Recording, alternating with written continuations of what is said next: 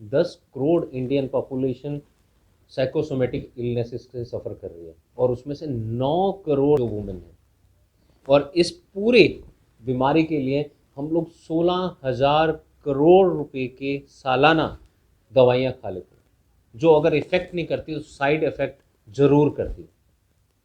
तो अपने आसपास में उन लोगों को देखिए जो लोग कोई ना कोई ऐसी बीमारी से अफेक्टेड हैं, लेकिन उनकी रिपोर्ट्स कहीं पर भी नेगेटिव नहीं आ रही है, पॉजिटिव हैं, बिल्कुल ठीक हैं एज पर द रिपोर्ट्स, लेकिन उनको अपने आप में कोई ना कोई बीमारी महसूस होती है।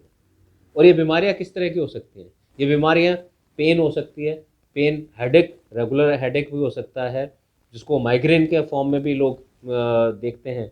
और उनके अलग अलग पार्ट्स में भी वो पेन इरप्ट हो सकती है, उनको लगता है शायद कहीं कोई नर्व्स में पेन है, लेकिन वो ऐसा होता नहीं है।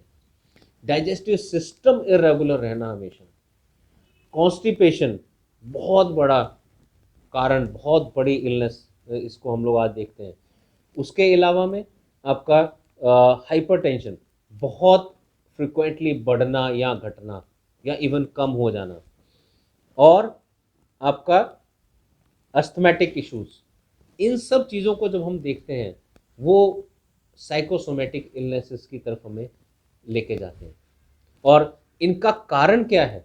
इनका कारण कहीं भी कोई भी फिजिकल रीज़न नहीं है, क्योंकि अगर फिजिकल रीज़न होता तो वो मेडिकल रिपोर्ट्स में आ जाता है। और हमें लगता है कि क्योंकि अब ये डॉक्टर के पास भी कोई इलाज नहीं है, क्यों? डॉक्टर तो तब इलाज करेगा जब उसमें कोई रिपोर्ट में कुछ आएगा, और वो सिर्फ एक रेमेडियल, एक एसओएस के तौर पे हमें दवाइयाँ देता रहता है, और हम डॉक्टर पे डॉक्टर चेंज करते रहते हैं और ठीक नहीं हो पाते हैं। और क्यों? क्योंकि रियल रीज़न यहाँ है ही नहीं, बॉडी में है ही नहीं। ये रियल रीज़न कहाँ है? ये माइंड में है। और वहाँ पर क्या है?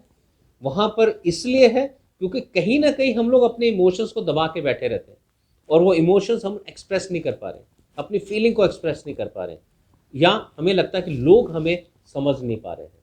और क्या रीज़न है?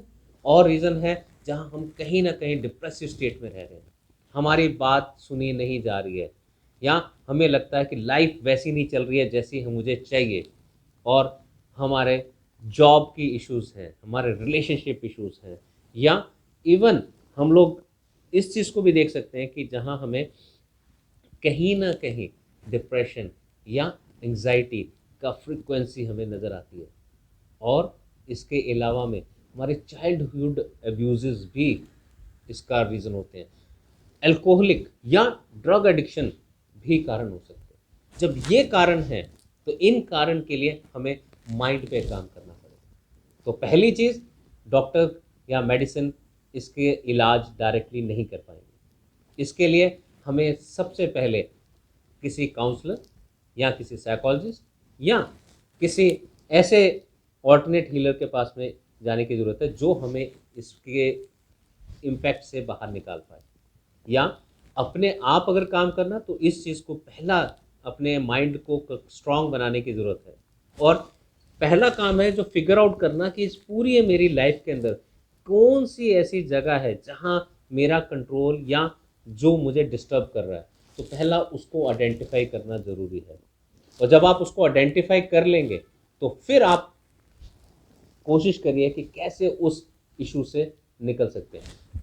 बीमारी की तरफ सोचना कम करें और उन इश्यूज़ पे काम करना शुरू करें, और उसके लिए अपने आसपास के माहौल को खुशनुमा बनाने की कोशिश करें। कोई एक ऐसा हॉबी स्टार्ट करिए जो आपको खुश रखती है या माइंड आपका डिस्ट्रैक्ट कर सकती है, चाहे वो ड्राइंग हो, पेंटिंग हो, गेम्स हो, डांस हो, सिंगिंग हो, कोई ऐसी हॉबी को आप ज़रूर शुरू करें।